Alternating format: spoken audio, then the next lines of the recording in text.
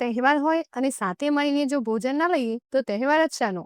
તો આ ઉત્તરાયણના દિવસે અમે બધાએ સાથે મળીને ટેરેસ પર આ રીતે મસ્ત ટેસ્ટી અને ચટાકેદાર છોલે બનાવ્યા હતા. આ છોલે ચણા બનાવવા ખૂબ જ સરળ છે, પણ ટેસ્ટ એવો છે કે એકવાર ખાશો તો ફરીથી જરૂર માગશો.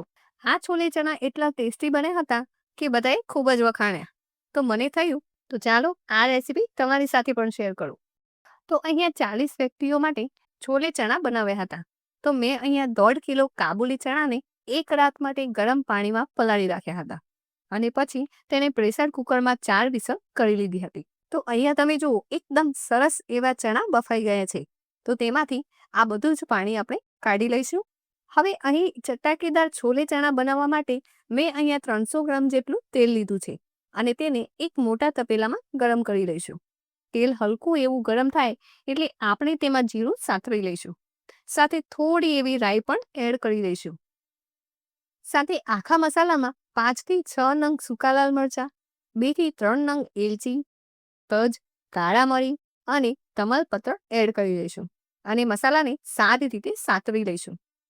તો અહીંયા મસાલા સારી રીતે સતરાઈ જાય અને તેમાંથી હલકી એવી સુગંધ આવવા લાગે એટલે આપણે તેમાં અંદાજે 800 ગ્રામ જેટલી ડુંગળીની ગ્રેવી એડ કરી દઈશું અને સારી રીતે તેને મિક્સ કરી લઈશું.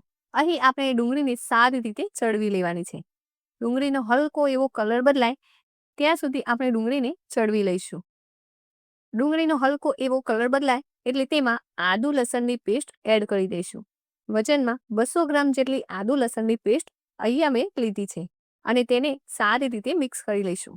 આ બધું જ સરસ એવું મિક્સ થઈ જાય એટલે આપણે તેમાં લીલા મરચાંની પેસ્ટ એડ કરી દઈશું અને તેને પણ સારી રીતે મિક્સ કરી લઈશું. હવે અહીં આપણે આ બધી જ વસ્તુને સારી રીતે સાતરી લઈશું. અહીંયા આ બધી જ વસ્તુને સારી રીતે શેકવાની છે. અહીં બધી જ વસ્તુ પ્રોપર કૂક થઈ જાય અને ગ્રેવી સારી રીતે ચડી જાય ત્યાં સુધી તેને સાતરી લઈશું. હવે અહીં આપણે તેમાં 1 કિલો ટામેટાની ગ્રેવી ઉમેરી દઈશું અને તેને સારી રીતે મિક્સ કરી લઈશું. ત્યારબાદ તેમાં થોડા એવા મસાલા કરી દઈશું. તો તેમાં તીખાશ પ્રમાણે લાલ મરચું, 4 મોટી ચમચી કાશ્મીરી લાલ મરચું, 4 મોટી ચમચી ધાણા જીરું પાવડર, 3 મોટી ચમચી જેટલી હળદર લીધી છે તેને ગ્રેવીમાં એડ કરી દઈશું અને મસાલાને ગ્રેવી સાથે મિક્સ કરી લઈશું. અહીં આપણે મસાલા અને ગ્રેવીને ત્યાં સુધી શેકવાની છે જ્યાં સુધી તેમાંથી તેલ છૂટું ન પડે. તો અહીં તમે જોઈ શકો છો ગ્રેવી સરસ એવી ચડી ગઈ છે અને ગ્રેવીમાંથી તેલ પણ છૂટું પડવા લાગ્યું છે. તો હવે આપણે તેમાં બાફેલા છોલે એડ કરી દઈશું અને ગ્રેવી સાથે સરસ એવા મિક્સ કરી દઈશું. ગ્રેવી અને છોલે સરસ એવા મિક્સ થઈ જાય એટલે આપણે તેમાં ઉપરથી 50 ગ્રામ જેટલો છોલે મસાલો અને ઉપરથી કસ્તુરી મેથી એડ કરી દઈશું અને તેને થોડી વાર માટે કૂક થવા દઈશું.